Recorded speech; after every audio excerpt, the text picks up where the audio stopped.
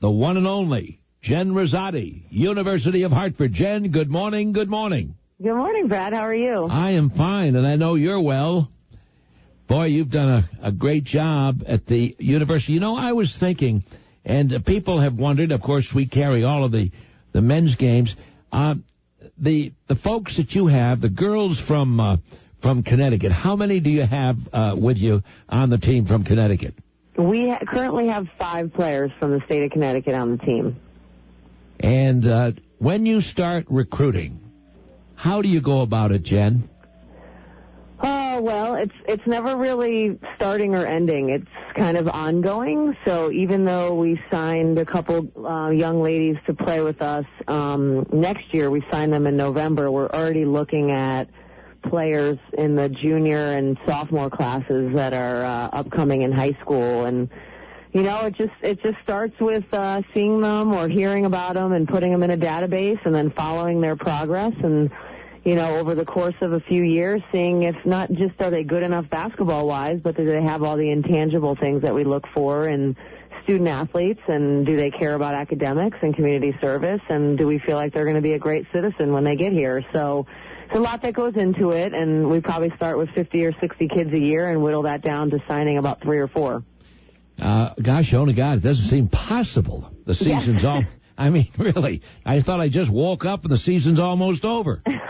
3 games left. I know. We are winding down, certainly. It goes by really fast. And, you know, obviously for all those basketball fans out there, this is the exciting time of year when, you know, you're getting ready to finish up the regular season and start the conference tournaments and NCAA tournaments. So it's a big time for us and a big stretch for us. And, you know, we're excited. We have we have 3 more home games left, and we really need some great support heading out because we're fighting for seeding right now and in the America East tournament. So we're hoping to get some great crowds over here the next few weekends. Now you have one on Saturday, Valentine's Day at 2:00, right? Yes.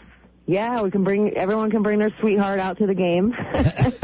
We are actually celebrating our Breast Cancer Awareness Day, so we're going to be fundraising there for Play for K and for some of the other breast cancer charities in Connecticut. And we also have a Girls and Women in Sport Day clinic before the game where we have guest speaker and stations. So there's a lot going on, and it's going to be a great family atmosphere as well as, you know, a great initiative for us to raise money. And in addition to being a great game for people to come and see. Now, again, this is with, I understand, Lowell, right? UMass yes, Lowell? UMass Lowell. And then the 26th of February and March the 1st, those are your last 2 games. My. Yeah, well, like I said, we have a tough schedule. We play home this weekend, and then we have 2 games on the road, and we finish up with Albany at home, who's number 1 in the league, and Stony Brook, who we're currently fighting out right now for, you know, 2nd, 3rd place. So it's some big games coming up. We need to be playing well, and we've always felt that our crowds at our home games are like a 6th man for us. So we're hoping they come out in droves this Saturday to support our team, but also to support the breast cancer initiative, and hopefully a bunch of parents of young ladies want to come out and get their daughters involved in our sports day clinic. Now, Jen, again, when you get ready like you are, what do you have to do to get into the playoffs this year?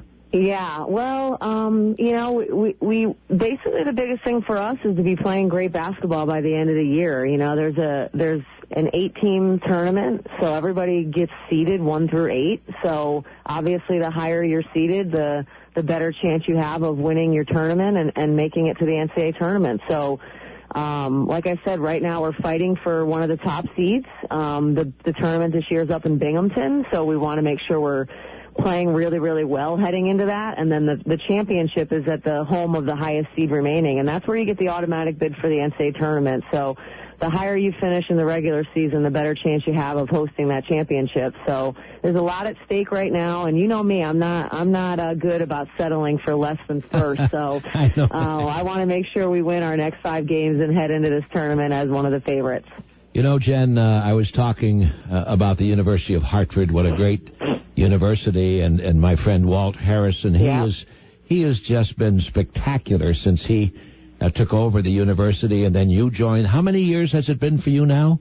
Well, I'm almost at the end of my 16th season here as the head coach. So wow, it's been a while. 16. And Walt's been here for 17, so we kind of coincided our careers at Hartford together. And I've certainly I feel very honored to be able to work underneath him, and the amount of great publicity and the way he's really raised the visibility of our university has been phenomenal since he's been here. So I'm proud to kind of serve under him and do my part when it comes to making people that attend Hartford and come to our games and play here and are alums of the University of Hartford proud. Now, the folks can get tickets at the door, can they? They can, and they're only $7 a ticket, so that's a pretty good bargain. And like I said, there's a Women in Sports Day clinic beforehand that starts at 11:45 for anybody who wants to take part in that. And we're hoping to raise a lot of money for Breast Cancer Initiative in honor of the late Kay Yao that coached at NC State. So a lot of exciting things going on in addition to a great bunch of girls. We have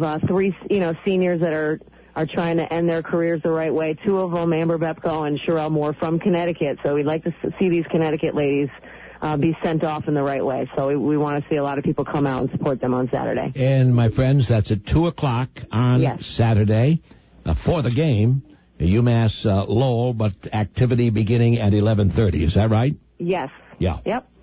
Jen, So always great day. Always great to have you. You have always been one of my favorites, and boy, you've brought a lot to the University of Hartford, and good luck to you, and we'll talk again. All right. Thanks, Brad. You bet.